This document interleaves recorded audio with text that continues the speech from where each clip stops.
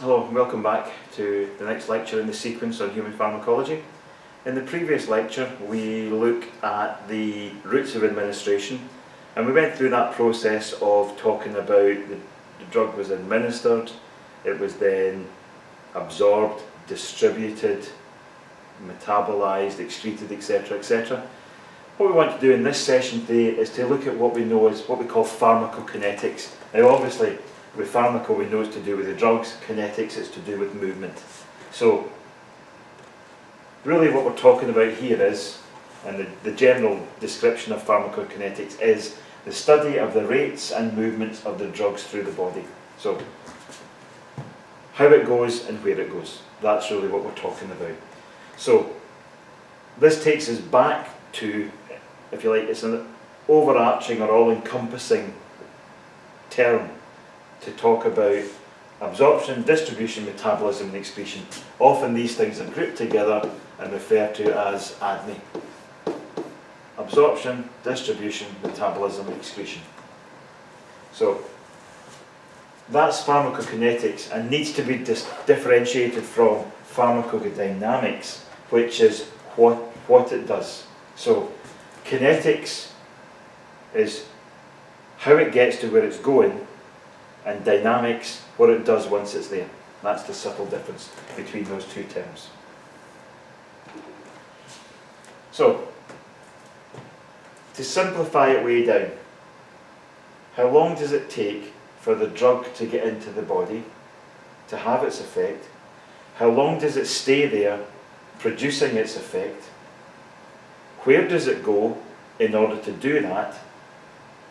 And how do we get it back out again? Yep. So, nice and simple.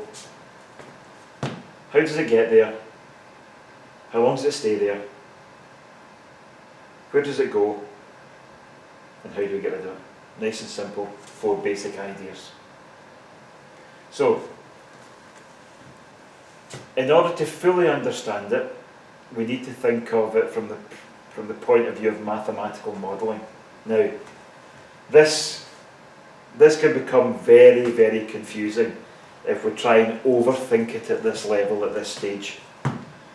So, although we're saying it's mathematical modelling, it's a hugely complex process in reality. But what we'll try and do is simplify it way down to get an understanding of what we're talking about, and then from that simple perspective try and build it back up again to let you see the complexity involved. That's the purpose of what we're planning to do here in this session. So the kinetics that we're talking about follow 2 different approaches: zero order kinetics and first order kinetics. Zero order means that the decrease in drug levels are independent of the plasma concentration. That is, assuming a constant rate of elimination. Doesn't matter how much drug's there, it will leave at the same rate. However, most drugs will follow first order kinetics. That is, the rate of clearance is dependent on how much is there. That's going to basically, different levels in the plasma have an impact on the rate at which the drug clears. So, zero order would just be a nice straight line. So what we've got up the side here is the concentration over time. And what we're saying is there's a constant rate of elimination of the drug from the body. So it starts at a level and goes at a constant rate of elimination. What's actually happening though is a first order. That is, you'll see there, that the rate, instead of it coming down in a straight line from there, it's kind of, you've got this curve one here.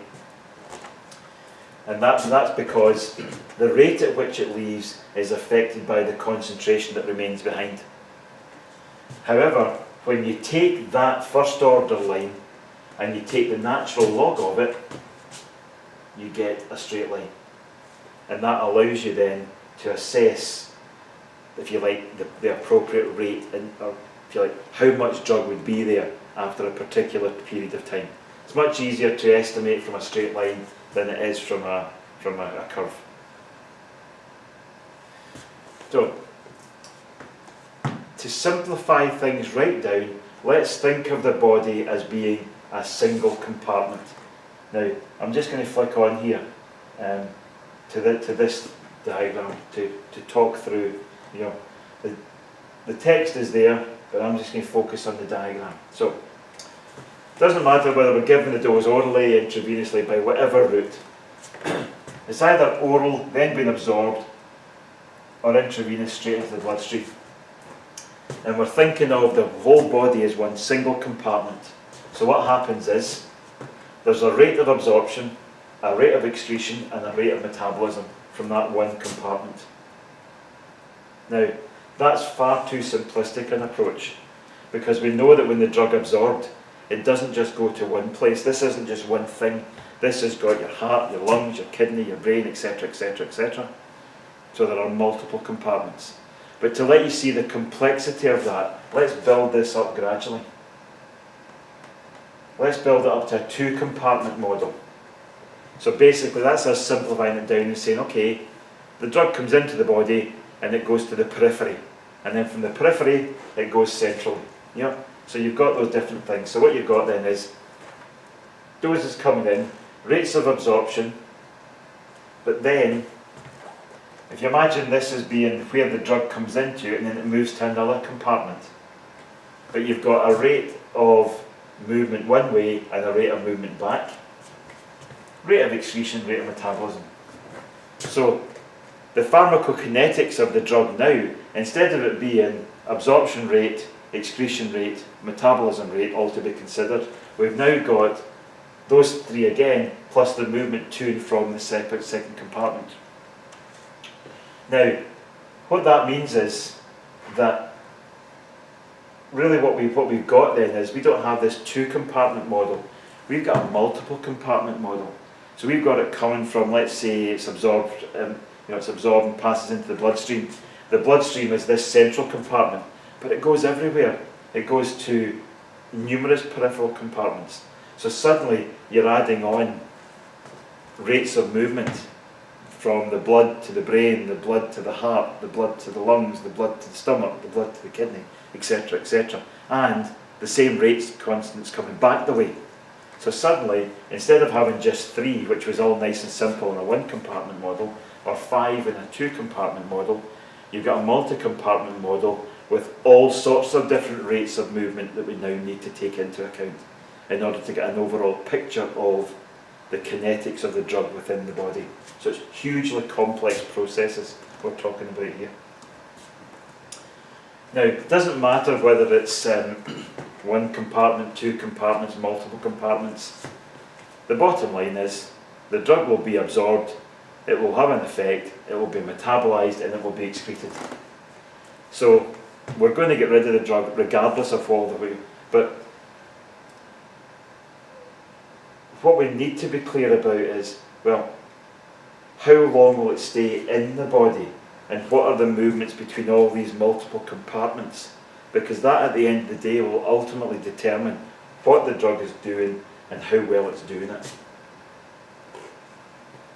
So, probably the most simple calculation you can make is, regardless of the multiple compartment approach, you give a particular concentration of a drug and it reaches a peak concentration in the plasma.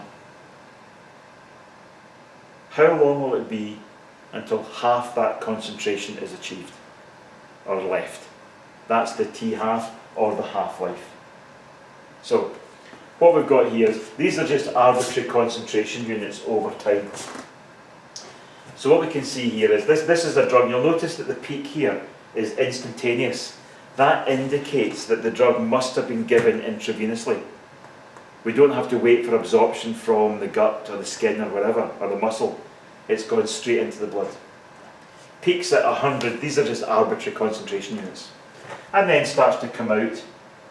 There's your first order kinetics, that rate of, if you like, elimination. In order to work out the half-life for the T-half, we need to know, when does it become 50? Half what it was. You come across, you go down, and it's 1 hour. But what you also notice is that if you start at 50, and the peak was there, when does it go to 25? Well, it's still an hour. Or when does 50 go to 25? If you go from here to there, that's 1 hour, that's 2 hours. So therefore, it doesn't matter where you start, which part of the graph you take, the concentration will always halve, in this case, over a 1 hour period. This is just an example. Different drugs have different hours or minutes or seconds of half-life. This is just a nice simple example using 1 hour as a half-life to give you an example. But to go from there to there takes an hour, to go from there to there takes an hour, there to there, there to there, and there to there takes an hour. Okay. So, it's important then to do the pharmacokinetic analysis so that we can assess the half-life of a drug, because that allows us to know when the concentration of the drug is dropping below a level that will give a therapeutic effect. If you know that after 2 hours there's only going to be a quarter of the original concentration left, and that's not going to be effective, for example, then you might need to think about giving another drug. So that's why you often have multiple dosing with certain drugs. If a drug has a shorter half-life, you will take more doses of it in a day. So for example, some medications you take once a day, some you take twice a day, others you might take 3, 4, 6 times a day. The more frequently you take it, that indicates usually a shorter half-life.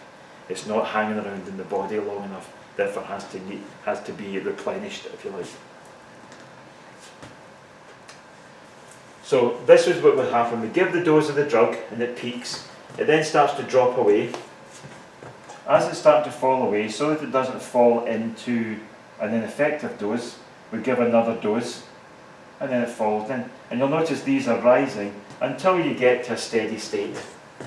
Steady state would be the, if you like, the optimal situation to be in.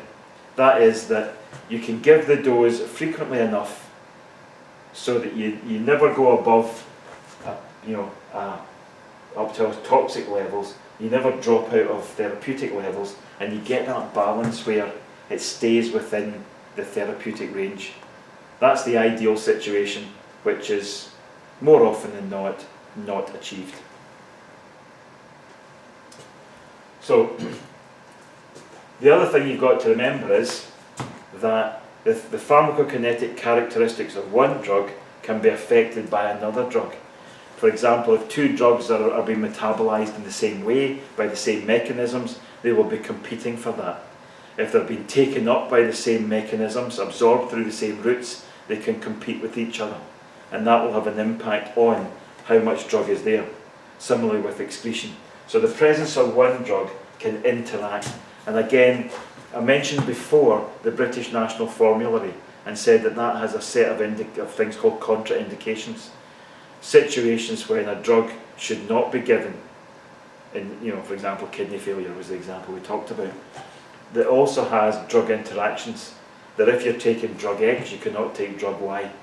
And that's because the presence of one can affect the pharmacokinetics and or activity of the other. Good examples here. Non-steroidal anti-inflammatory drugs like aspirin, ibuprofen, etc. They've been given to reduce inflammation. Okay, clues in the title. They do that by reducing the production of prostaglandins at the site of inflammation. However, they also, and that's done through an action on the cyclooxygenase enzyme. However, prostaglandins are also produced in the kidney through the action of COX. And those prostaglandins maintain renal perfusion. So, reducing these prostaglandins, good, because that impacts on the inflammation. Reducing these prostaglandins, not so good, because it causes a reduction in the renal perfusion pressure. That then will impact on the effectiveness of diuretic drugs. So if someone's on a diuretic and you give them a non-steroidal, the diuretic doesn't work as well. So you have to, so there's these little interactions that you have to keep considering and bearing in mind. You can also get enzymes being induced to work at a greater rate. And if an enzyme becomes switched on, that induction of the enzyme can have an impact on the metabolism and therefore the pharmacokinetics of a drug. But all of these things, that's why we do the pharmacokinetics in the first place. So what they do is, they'll look at the absorption, the rates of absorption, the distribution rates, the metabolic rates, and the rates of excretion. And all of those different rates of activity and or movement give you the overall picture of how the drug is performing, if you like, in the body. How long does it take to get in there? How long does it stay there? What happens to it when it's in there? And how quickly does it come out? And it's that overarching picture that allows us to determine the true impact that a drug will have on the body. Thank you.